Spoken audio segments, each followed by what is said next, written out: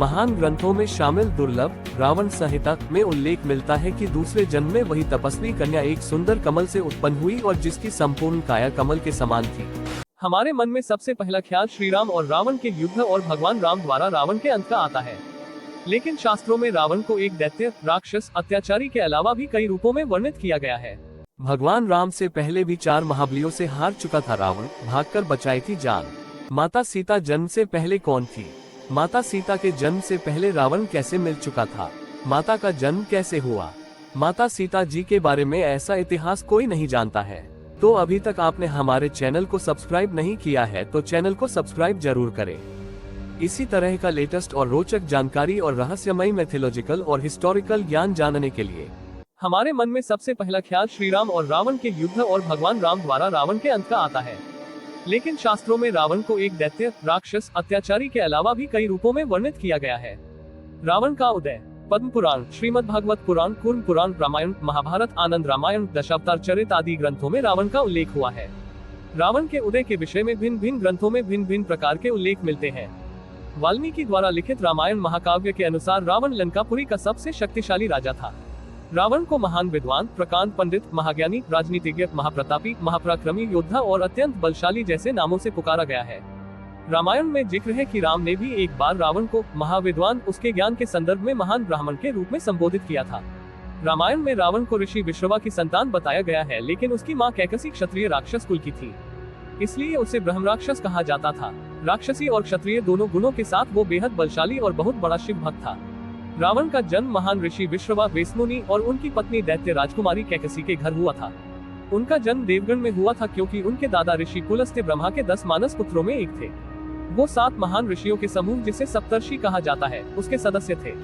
कैकसी के पिता और दैत्यों के राजा सुमाल्या की इच्छा थी कि उनकी बेटी की शादी नश्वर दुनिया के सबसे शक्तिशाली व्यक्ति के साथ हो ताकि उससे एक असाधारण संतान का जन्म हो। रावण के जन्म की ये है कहानी। उन्होंने अपनी बेटी के लिए आए विश्व के बड़े से बड़े राजाओं के प्रस्तावों को ठुकरा दिया क्योंकि वो सभी उनसे कम शक्तिशाली थे। कैकसी ने इसके बाद ऋषियों में अपने लिए वर की खोज की और आखिर में विश्रवा ऋषि को शादी के लिए चुना, जिनका एक और बेटा कुबेर था। रावण ने बाद में अपने सौतेले भाई कुबेर से लंका छीन ली और उसका राजा बन गया। रावण के 2 भाई विभीषण और कुंभकर्ण थे। कुछ स्रोतों में अहिरावण नाम के एक और भाई का उल्लेख भी है। उनकी मां के कुल का संबंध मारीच और सुबाहु दैत्यों के परिवार से था। कैकसी ने एक बेटी को भी जन्म दिया था जिसका नाम चंद्रमुखी, चंद्रमा जैसी चेहरे वाली लड़की था, जिसे बाद में राक्षसी शूर्पणखा के नाम से जाना गया। पिता के सानिध्य में सीखा वेद और युद्ध कला। पिता विश्रवा अपने बेटे रावण को आक्रामक और अभिमानी होने के साथ साथ एक अनुकरणीय विद्वान कहते थे। विश्रवा के संरक्षण में रावण ने वेदों, पवित्र ग्रंथों, क्षत्रियों के ज्ञान और युद्धकला में महारत हासिल की। रावण एक उत्कृष्ट वीणा वादक भी था और उसके ध्वज के चिन्ह पर वीणा का भी चित्र दिखाई देता था। रावण दैत्यों की नैतिकता को बनाए रखे, इसके लिए रावण के नाना सुमाली ने अथक प्रयास किए। रामायण में वर्णन है कि रावण का यदुओं के क्षेत्र से घनिष्ठ संबंध था, जिसमें दिल्ली के दक्षिण में मथुरा शहर से लेकर गुजरात, महाराष्ट्र, राजस्थान के कुछ हिस्से शामिल थे। माना जाता है कि रावण का संबंध लवनासुर से भी था, जो मथुरा का एक राक्षस था। लवनासुर को राम के सबसे छोटे भाई शत्रुघ्न ने मारा था। यदु क्षेत्र में नर्मदा के तट पर एक बार भगवान शिव की पूजा करने के बाद रावण को सबसे महान यदु राजाओं में एक राजा कार्तवीर्य अर्जुन के सिपाहियों ने पकड़ लिया और उसे कई दिनों तक अपनी कैद में रखा। रामायण के संदर्भों में बहुत साफ साफ कहा गया है कि रावण पूरी तरह मनुष्यों या फिर असुर के समान नहीं था, वो इससे कहीं बढ़कर था। शिव की तपस्या। अपनी शुरुआती शिक्षा के बाद रावण ने कई वर्षों तक शिव की गहन तपस्या की। तपस्या के दौरान रावण ने शिव को प्रसन्न करने के लिए बलिदान के रूप में अपना सिर 10 बार काटा। हर बार जब वो अपना सिर काटता था तो उसके धड़ में एक नया सिर लग जाता था, जिससे उसने अपनी तपस्या पूरी की और अंत में भगवान शिव ने उसकी तपस्या से प्रसन्न होकर उसे वरदान दिया। रावण ने भगवान शिव से अमरता, सदा अमर रहने का वर मांगा, जिसे शिव ने देने से इनकार कर दिया, लेकिन उन्होंने उसे अमरता का दिव्य अमृत दिया। इस वर का अर्थ था कि रावण जब तक जीवित रहेगा तब तक उसे परास्त नहीं किया जा सकता। रावण ने अहंकार में अपने वरदान में नश्वर इंसानों को छोड़कर देवताओं, राक्षसों, सांप और जंगली जानवरों से हानि न होने का वर मांगा, जिसका मतलब था कि ये सभी प्रजातियां उसे कोई नुकसान नहीं पहुंचा सकती। यही वजह है कि बाद में मनुष्य के रूप में जन्म लेकर राम ने रावण का अंत किया था। शिव ने उसे उसके सभी 10 कटे हुए सिरों के अलावा दिव्य शस्त्र और कई प्रकार के चमत्कार की शक्ति दी। इसी वजह से रावण को दशमुख या दशानंद कहा गया। ऐसे बना रावण लंका का राजा। इन वरदानों को हासिल करने के बाद रावण ने अपने दादा सुमाली की तलाश की और अपनी शक्ति का विस्तार करने के लिए सेना का नेतृत्व करने लगा। इसके बाद रावण की नजर लंका पर पड़ी और उसने उस पर कब्जा जमाने की कोशिश शुरू कर दी। लंका एक बेहद सुंदर और रमणीय शहर था जिसे शिव और पार्वती के लिए विश्वकर्मा द्वारा बनाया गया था। बाद में ऋषि विश्रवा ने लंका में यज्ञ के बाद शिव से उसे दक्षिणा के रूप में मांग लिया। इसके बाद कुबेर ने अपनी सौतेली मां कैकेसी के जरिए रावण और अपने अन्य भाई बहनों को ये संदेश पहुंचाया कि अब लंका उनके पिता विश्रवा यानी उन सभी की हो चुकी है। लेकिन बाद में रावण ने लंका को बलपूर्वक छीन लेने की धमकी दी, जिसके बाद उसके पिता विश्रवा ने कुबेर को सलाह दी कि वो लंका रावण को दे दे क्योंकि रावण अब अपराजय है। इस तरह रावण ने लंका पर कब्जा कर लिया। भगवान शिव का परम भक्त। लंका पर विजय के बाद रावण शिव से मिलने के लिए कैलाश पर्वत पहुंचा। शिव के वाहन नंदी ने रावण को अंदर जाने से मना कर दिया। इससे वो नाराज हो गया और नंदी को चिढ़ाने लगा। बदले में नंदी भी क्रोधित हो गए और रावण को श्राप दिया कि लंका को एक वानर द्वारा नष्ट किया जाएगा। नंदी के सामने शिव के प्रति अपना प्रेम दिखाने के लिए रावण ने कैलाश पर्वत को उठा लिया और कहा कि वो शिव समेत पूरे कैलाश को लंका ले जाएगा। रावण के अहंकार से क्षुब्ध शिव ने कैलाश पर अपने पैर की सबसे छोटी अंगुली रख दी, जिससे कैलाश पर्वत अपनी जगह पर वापस स्थापित हो गया। लेकिन इसी दौरान रावण का हाथ पर्वत के नीचे दब गया और पूरे पर्वत का भार रावण के हाथ पर आ गया। वो इस पीड़ा से कराह था। उसे तुरंत अपनी गलती का एहसास हो गया। तब रावण ने भगवान शिव को प्रसन्न करने के लिए अपनी नसों को तोड़ दिया और उससे तार की तरह इस्तेमाल करते हुए संगीत बनाया और शिव की महिमा का गुणगान करने लगा। इस तरह उसने शिव तांडव स्तोत्र रच दिया।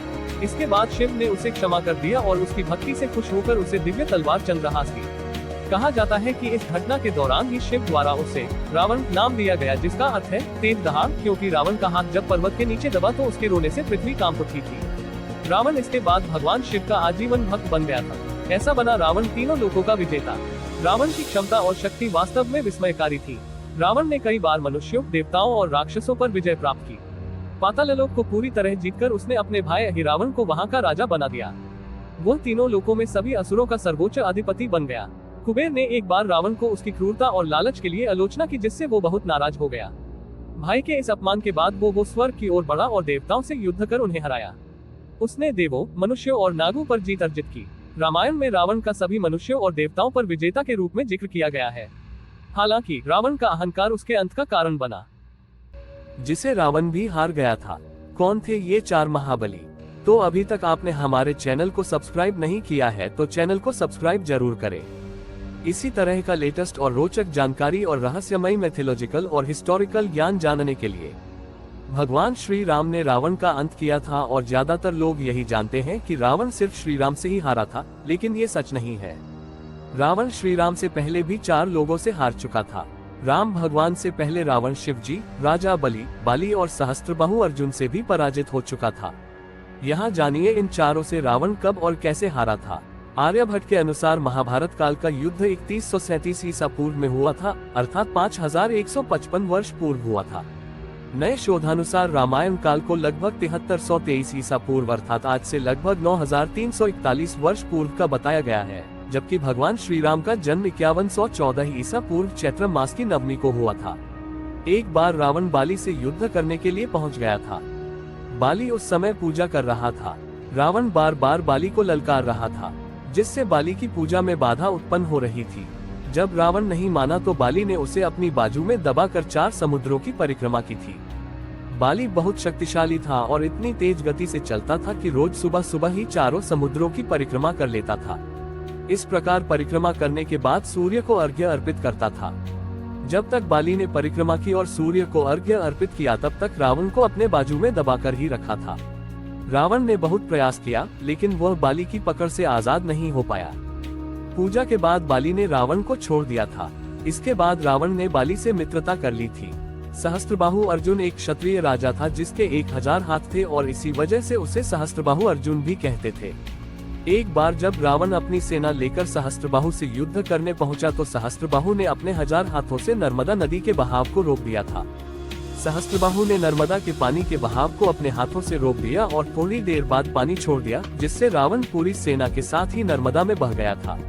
इस पराजय के बाद एक बार फिर रावण सहस्त्रबाहु से युद्ध करने पहुंच गया था। तब सहस्त्रबाहु ने उसे बंदी बनाकर जेल में डाल दिया था। जब ये बात रावण के दादा महर्षि पुलस्त्य को पता चली तो उन्होंने सहस्त्रबाहु अर्जुन से कहकर रावण को आजाद कराया। सहस्त्रबाहु अर्जुन एक क्षत्रिय राजा था जिसके 1000 हाथ थे और इसी वजह से उसे सहस्त्रबाहु अर्जुन भी कहते थे।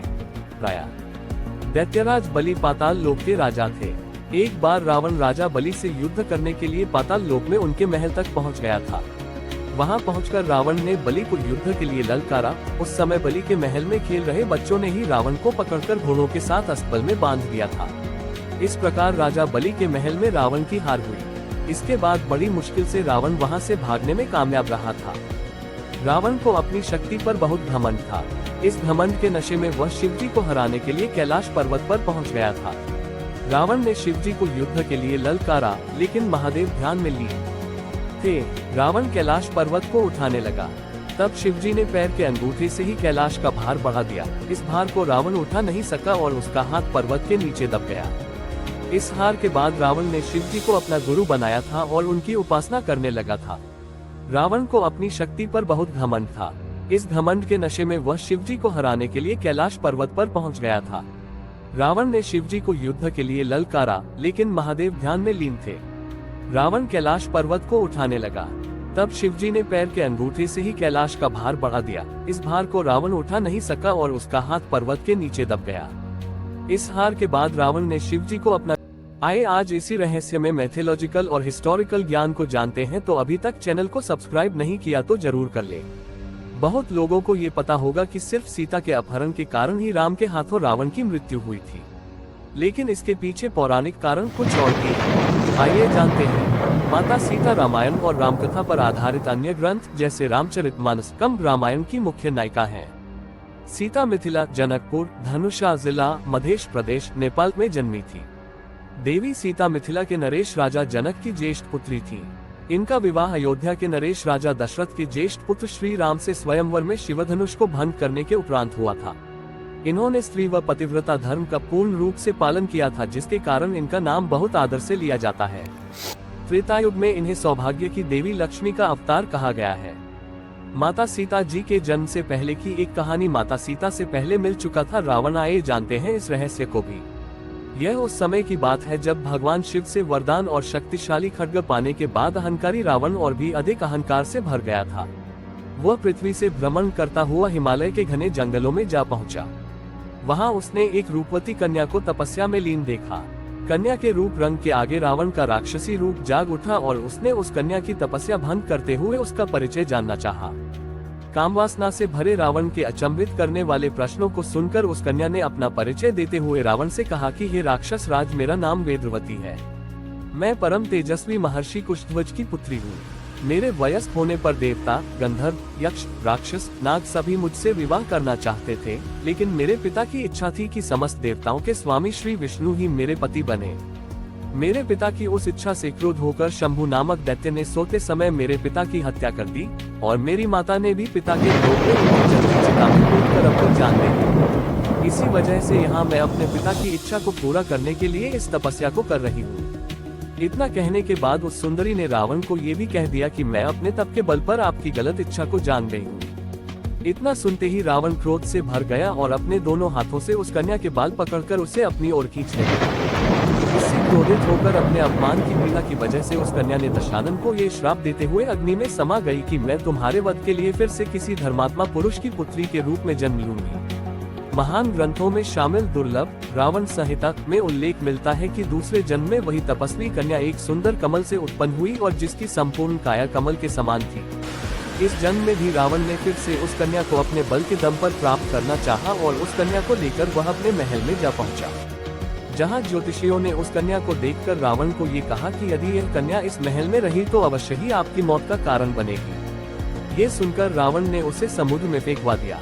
तब वह कन्या पृथ्वी पर पहुंचकर राजा जनक के हल जोते जाने पर उनकी पुत्री बनकर फिर से प्रकट हुई। शास्त्रों के अनुसार कन्या का यही रूप सीता बनकर रामायण में रावण के वध का कारण बनी। ये वीडियो आपको कैसा लगा आप हमें कमेंट बॉक्स में अवश्य बताएं।